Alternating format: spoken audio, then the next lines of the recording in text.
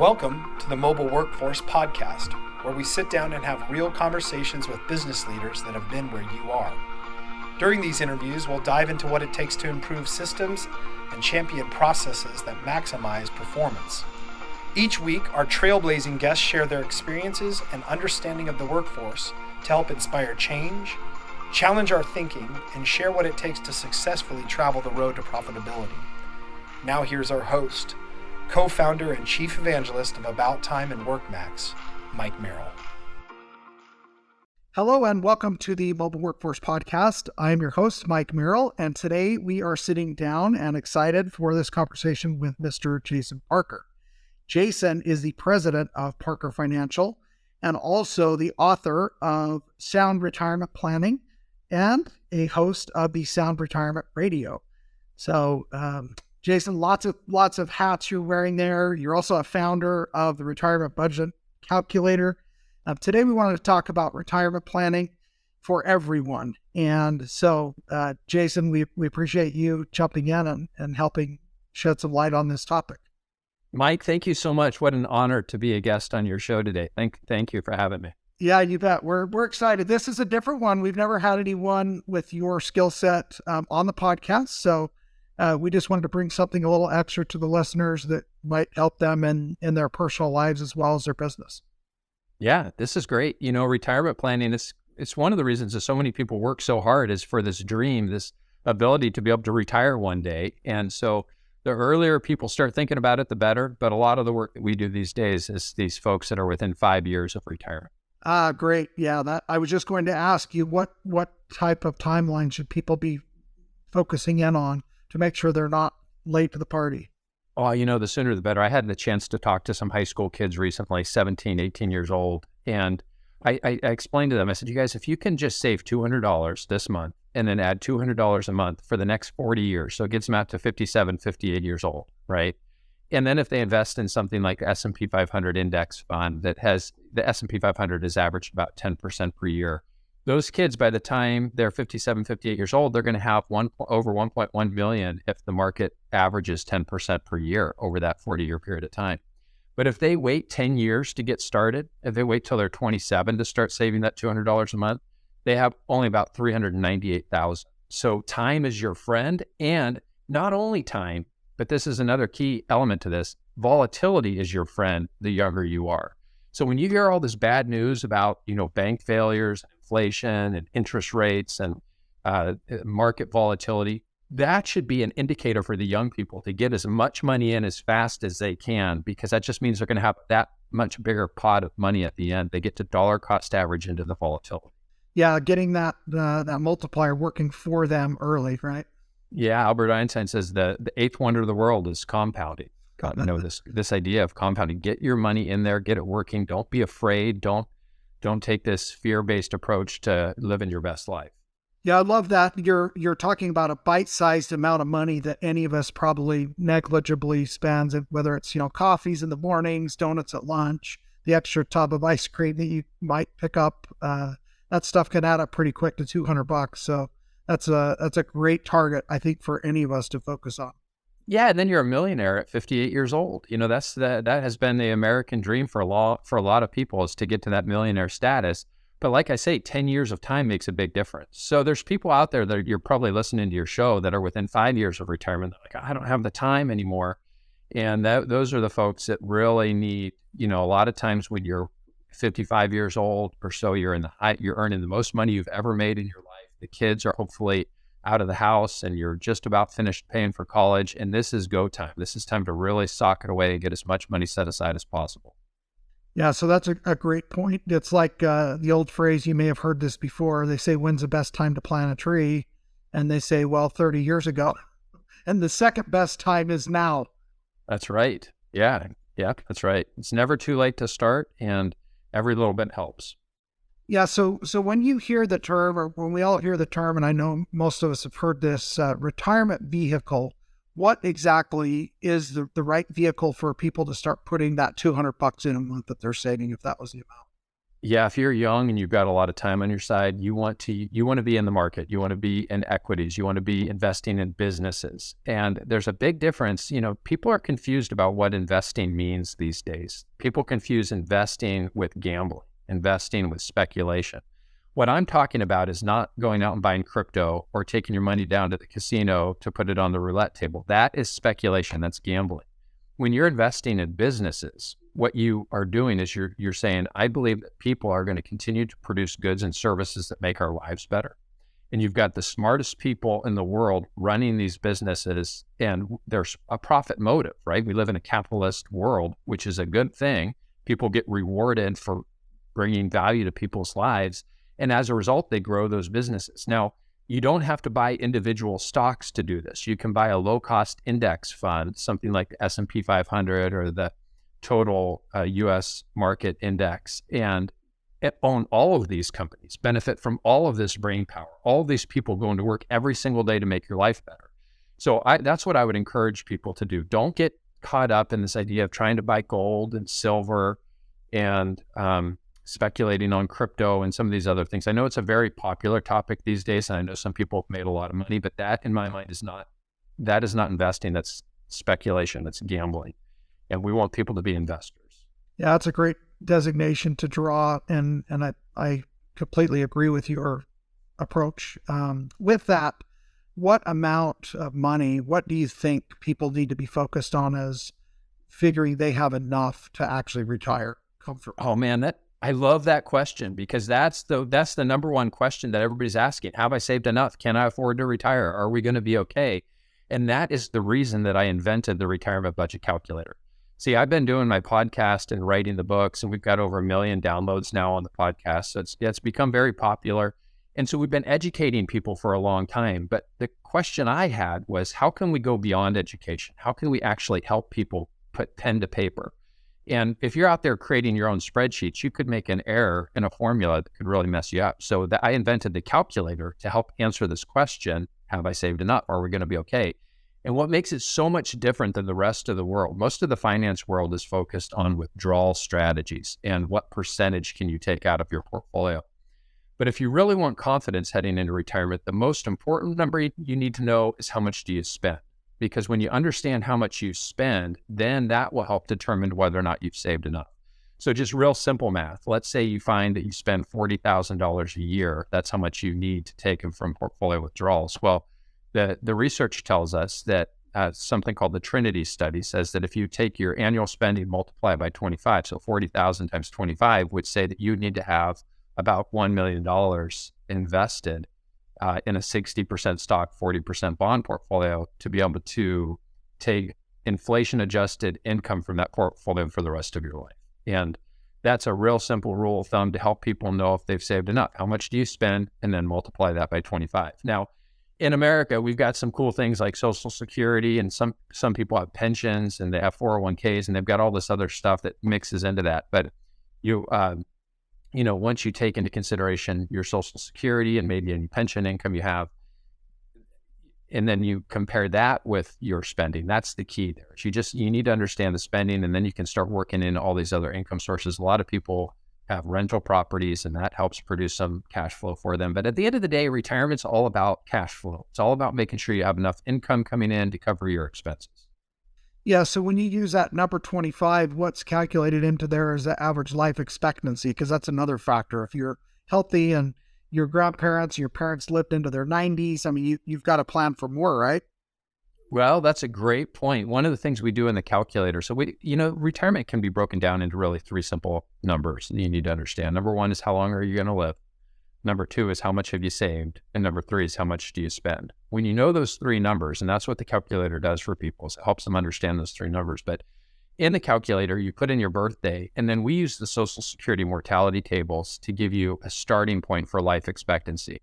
Now, the problem with Social Security mortality tables is it gives you average life expectancy. So when I put my birthday in, it says I'm only going to live to age 79.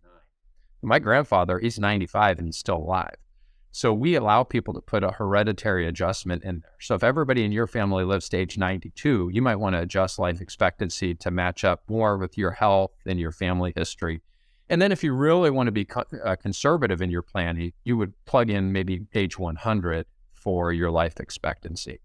And that would be one way to solve for life expectancy. Yeah, that's a great approach. It's an awesome way to cover the bases and make sure that you're really looking out for those variables that maybe you really just need to plan the just in case stuff, right? Yeah. And, it's something I'm fond of telling people. You want to hope for the best, plan for the worst. Hope for the best, plan for the worst. So when we build a plan, we say, let's assume you're going to live to 100. Let's assume we're going to have higher than average inflation, because that's something that you can plug into the calculator. And then let's assume that the rate of return that your money is going to grow is lower than the historical averages. So that way we're creating a worst case scenario.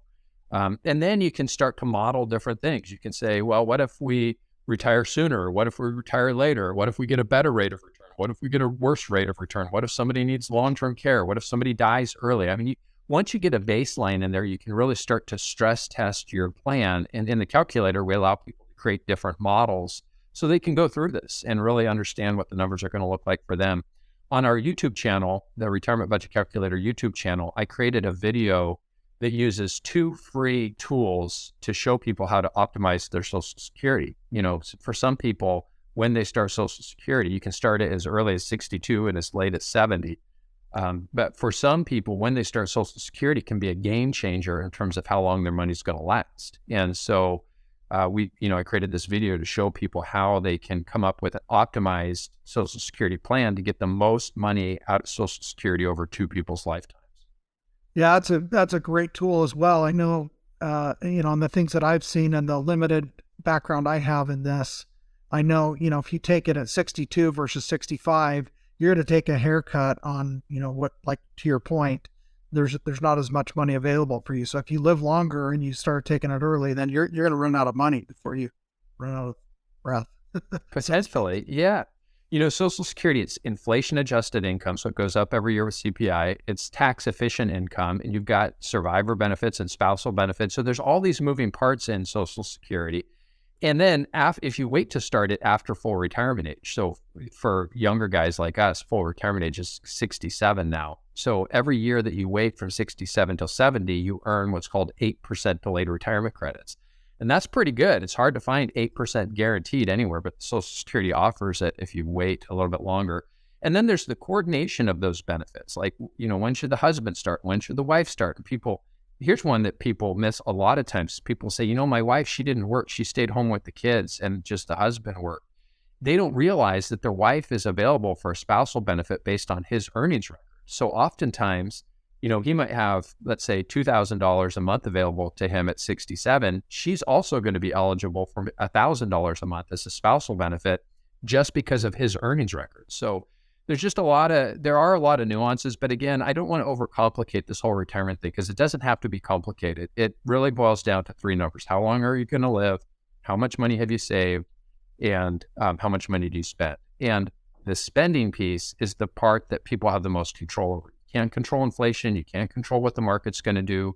You have maybe some influence about how long you're going to live. But what you have the most agency over is your spending. And that's why we called it the retirement budget calculator. If I was going to do it again, Mike, I probably wouldn't call it the budget calculator because that's I found that's a bad word for a lot of people. Nobody likes to hear the word budget, but it really is all about cash flow and spending.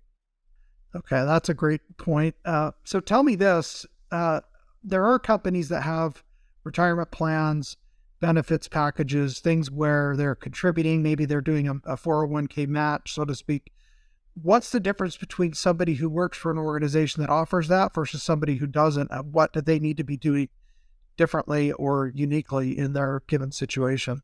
Well, first, those employers that are offering those additional benefits, that's really amazing. If they can offer a 401k and a Roth 401k and they do company matching, that is really an incredible benefit for employees. And that's free money for those employees. So they need to take that. I mean, if there's a match, get at least the amount of money in there that they're matching.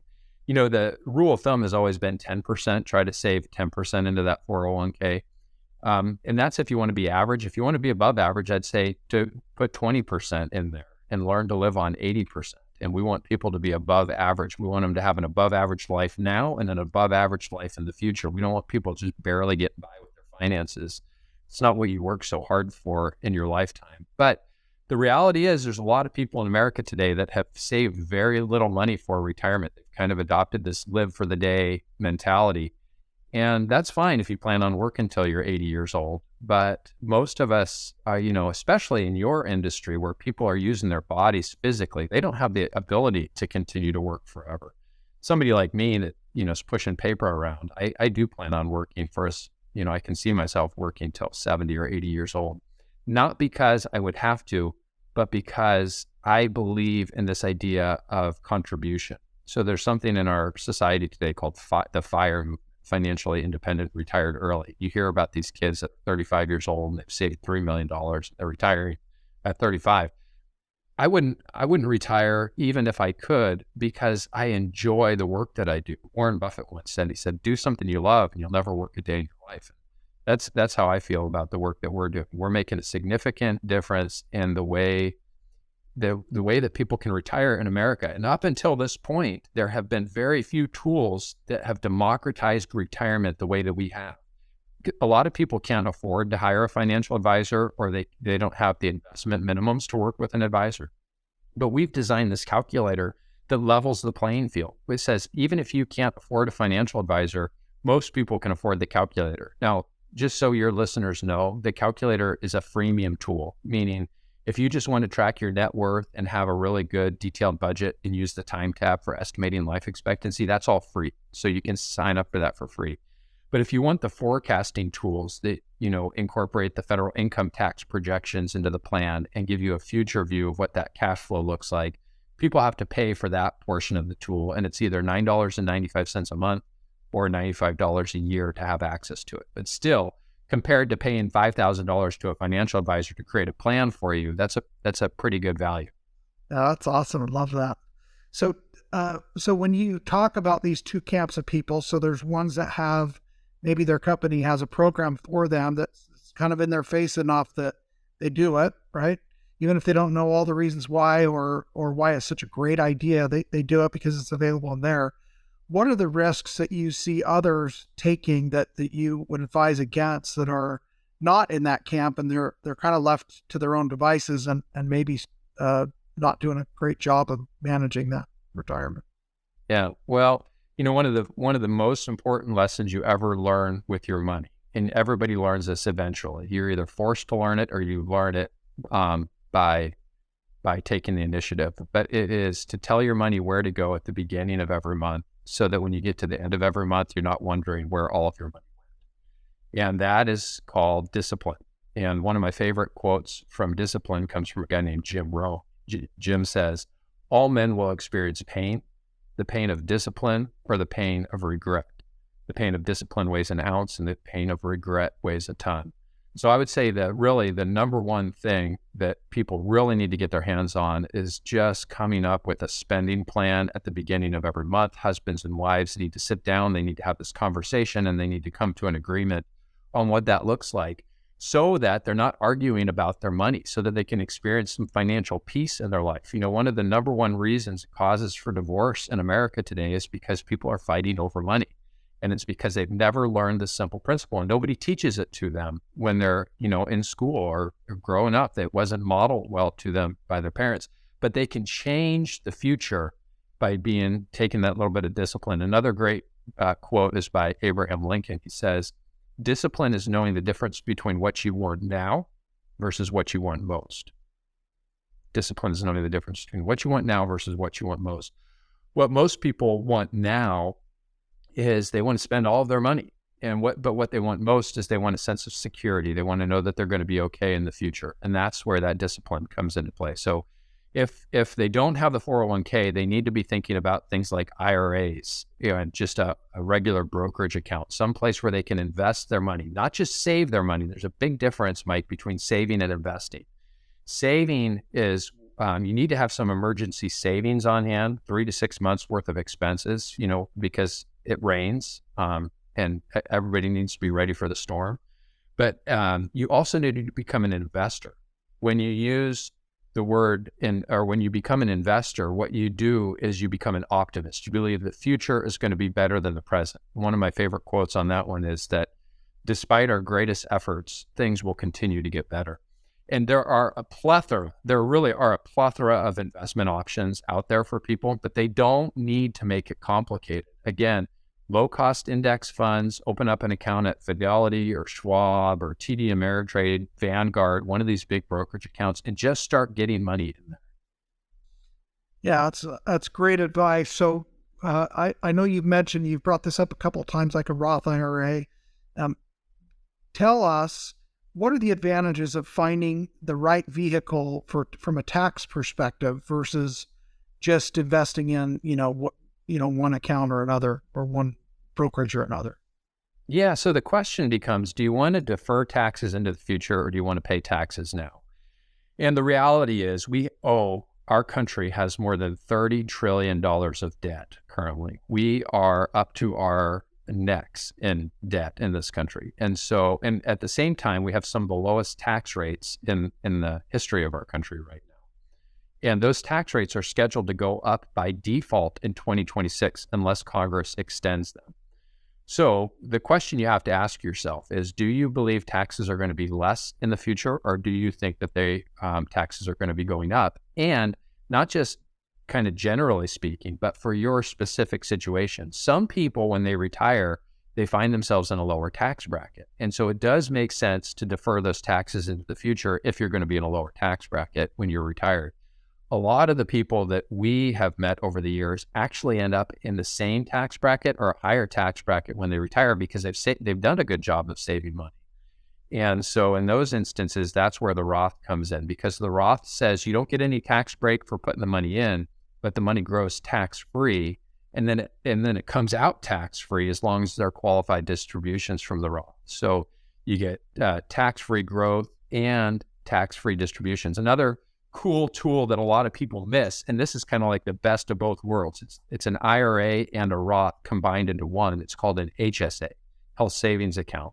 You have to, if you're young and you're healthy and you have a high deductible health plan, you can contribute to an HSA, which lets you get the tax break up front. And then as long as the money comes out for medical purposes in the future, it's tax-free distribution. So it's kind of the best of both worlds.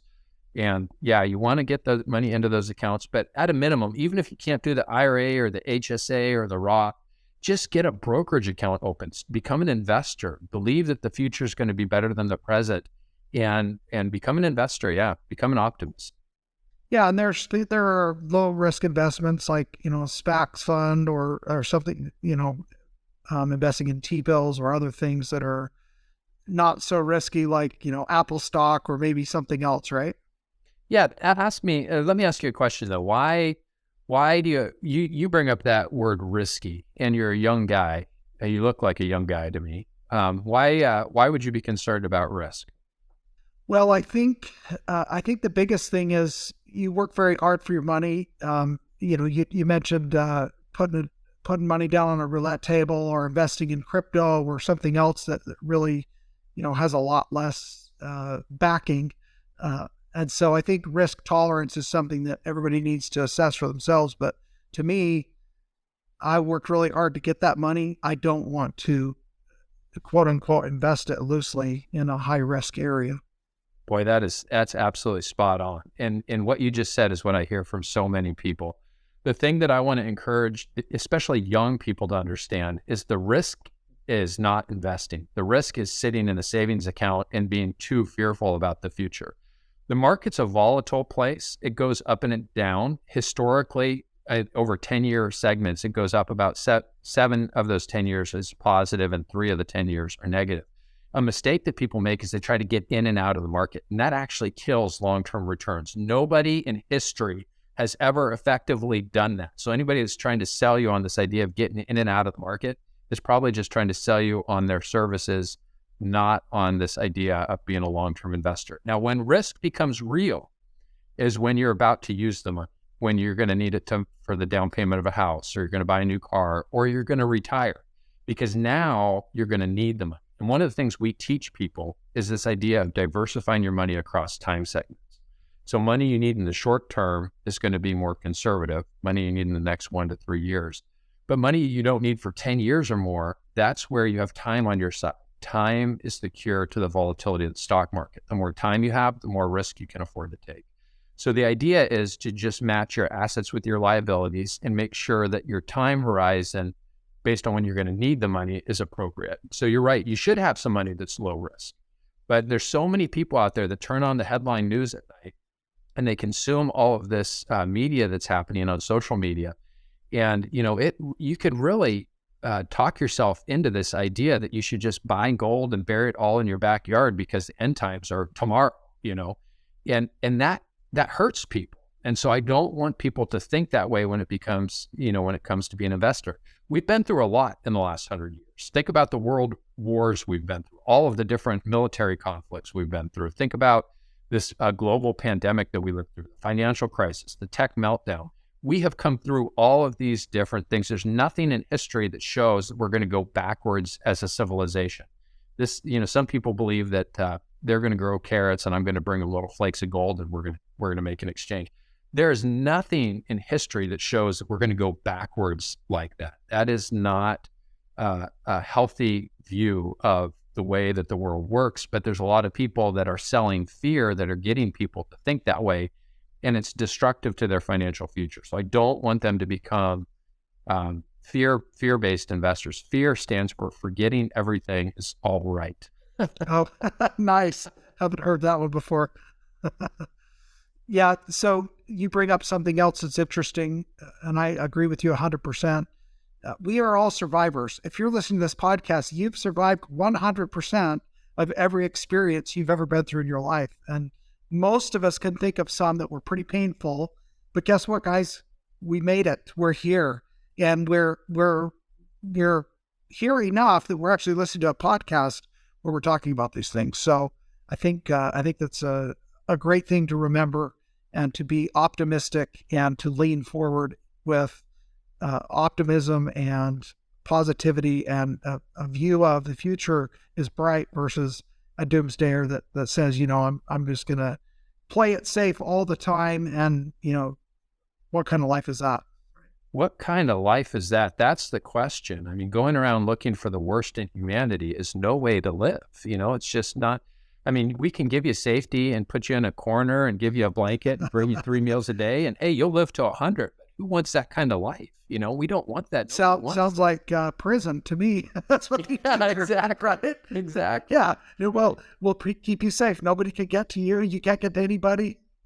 Yeah. 3 hots and a cot, they say, right? a prisoner of your own mind. Yeah. One of my favorite books is a book called As a Man Thinketh by James Allen. It was written back in 1910.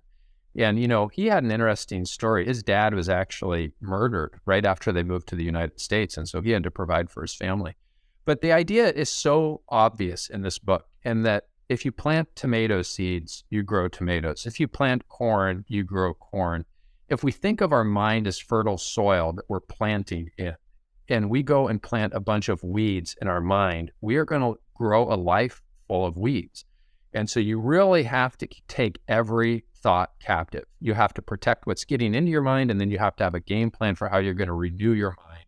And in the world that we live in today, it's more challenging than ever because social media, I was on YouTube the other day and I clicked on something that had to do with war.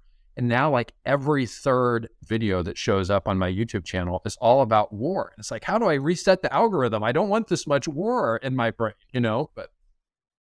That's a great point. Well, it's the same as our mind, right? You plant that seed and that's our mind is just a giant supercomputer trapped in our head. So it's going to find a way to come out and manifest itself again and again if that's what we're sowing the seeds of, right? Yeah. As a man thinketh. Yeah. So one thing I wanted to do before we wrap up, I know, we have a lot of construction company owners. We have construction managers. We have a lot of listeners that are more in that blue collar space. And then we have a lot of technology listeners, those that serve the construction industry. What, as employers or business owners, can they be doing if they don't have a retirement program or don't have an HSA plan or they don't have some of these things available to their employees? What are some nice things that they could do to help get their employees on a better path so that they have more fulfillment and more safety and can have more confidence about just worried about the work today because their retirement's being taken care of through maybe some kind of program or something that maybe an employer could help with? Well, first, let me say, I've had the good fortune to walk life with people that have been in the trades, plumbers, electricians, guys that that are contractors. And in my experience, some of those guys are in the best financial situation of many people I've met. Some of them have been union guys, so they have pensions that they're coming out with, and they've been paid well, so they were good savers. The guys that get into trouble are the ones that have the big boat and the fancy truck, and they just made the priority all about now, and they didn't set anything aside in the future. So, education is key. You want healthy employees. You want people that are showing up for work on Monday morning. And, if they're dealing with marital stress over finances, it's going to be really hard to create the culture that most businesses are looking to create. And so helping to show your guys the path that they're on and the things that they can be doing to have a better life through education, making things like a 401k available, making high deductible health insurance available, making HSAs available, but not just making them available, but encouraging people to use those things so that they can have hope and they can have a vision for what their life can look like. Because when you take care of your people take care of you. And, as a business owner myself, I own 3 different businesses. I, at a phase today in my career where I'm asking, how can we pay people more? Because I want excellent people. I want the best people. And so it's not really, and as businesses grow, you're blessed with more and more and more. And so then you have this opportunity for mentorship, how to guide people, how to lead people, how to speak life into them, how to encourage them, and how to create opportunities so that their future can be as bright as the owners themselves. And we work with a lot of owners too. And, owners do have this unique responsibility. They tend to be chaos driven. They tend to be leaders. They tend to be delegators. And when you have that type of mindset, those guys, in some instances, Mike, that can be the hardest people to transition into retirement because they don't know what to do with themselves once work goes away. And then they take all that chaos that they're used to creating and they blow up their marriages and they go invest in a bunch of businesses that they know nothing about, and those businesses fail, and then they're back to square one. So it's a journey, and it's one of these things that we get to learn along the way. But I would just encourage employers to continue to invest in their people, both through education, give them the tools, give them the resources, and do things like this 401ks for their employees. Yeah, and bring a financial advisor in to speak to everybody to say, hey, look, we're paying you good wages. We're paying you, in a market that's really good from the labor perspective. There's value in a lot of you are getting that value. We want to help you be more secure in the future. So, here's somebody that can talk to you about some ideas, right? Yep. Ideas. Beautiful. One of the things that, comes to mind when we talk about these types of things is we've had a lot of guests on that have said, a lot of business owners, entrepreneurs, and it's been said differently in different conversations, but the essential point that it boils down to, and it's really what you're talking about, and it's that if you build people, then those people will help build your company. But if you're just trying to build a company, and the people get forgotten, the company's not going to be what it could have been if you would have done it from the bottom up and really, helped expand the capacity and the experience for that family of your staff and employees, right? Absolutely. My life is different because of mentorship. I was very fortunate in my mid-20s to meet a gentleman at the time who was in his mid-60s, and he became my mentor. He invested in me. He encouraged me. He said things to me that offended me at the time, but helped me to grow as both a person and a business owner. And had it not been for that one relationship, I would not have the opportunity that I have today. And so, and I think a lot of business owners see this. It's like, boy, okay, I've become successful. Now, how can I bring up that next person? How can I bring up that next level of leaders? And it's a really wonderful opportunity. We live in the greatest country in the world. We get to unlimited opportunity. Everybody and their brother and sister is trying to figure out how to get to America because of the opportunity that exists. And the people that come to America as first generations, their probability and possibility of them becoming successful is greater than the people that were born here, because the people that were born here, they think they deserve something. They think it's owed to them. And we got to get people out of this idea that nobody owes you anything. If you want it, you got to go out and work for it. Be the absolute best. One of the things I tell my kids all the time, there's always room at the top for the best. Be number one and go out and make something awesome happen. And stop acting like somebody owes you something, like you're a victim. And once we adopt this attitude of excellence and pursuing excellence in everything we do, there's no stopping you. There's no competition there either. There's always room at the top. Yeah, that's beautiful. Well, we opened up the conversation about the business owner and what they can do, and I think it's a great segue. We need to have you back on next week, and I think we could dive deeper into speaking to those business owners and trying to help direct and guide them with some ideas of what they could do to take advantage of some of these things to grow their teams and to grow their employees. Yeah, awesome. Thanks so much. That'd be awesome. Well, one of the fun things that we like to do to wrap up is I do a few rapid fire questions. And so if you're game, I'd love to chat with you about a few of those things. And yeah, rapid fire. Bring it on. All right. So you've already brought up a few authors of books, but let's just ask, who is your favorite author? Wow. I'm a Christian. And so when anybody asks me my favorite book, it's the Bible. And it's, Paul and his writing, I guess I would have to default to that. That's awesome. Well, you were able to pick one author for the Bible. That's good. Cool. Man, maybe you just answered this question already. In that answer, what book has had the very most or largest impact on your life?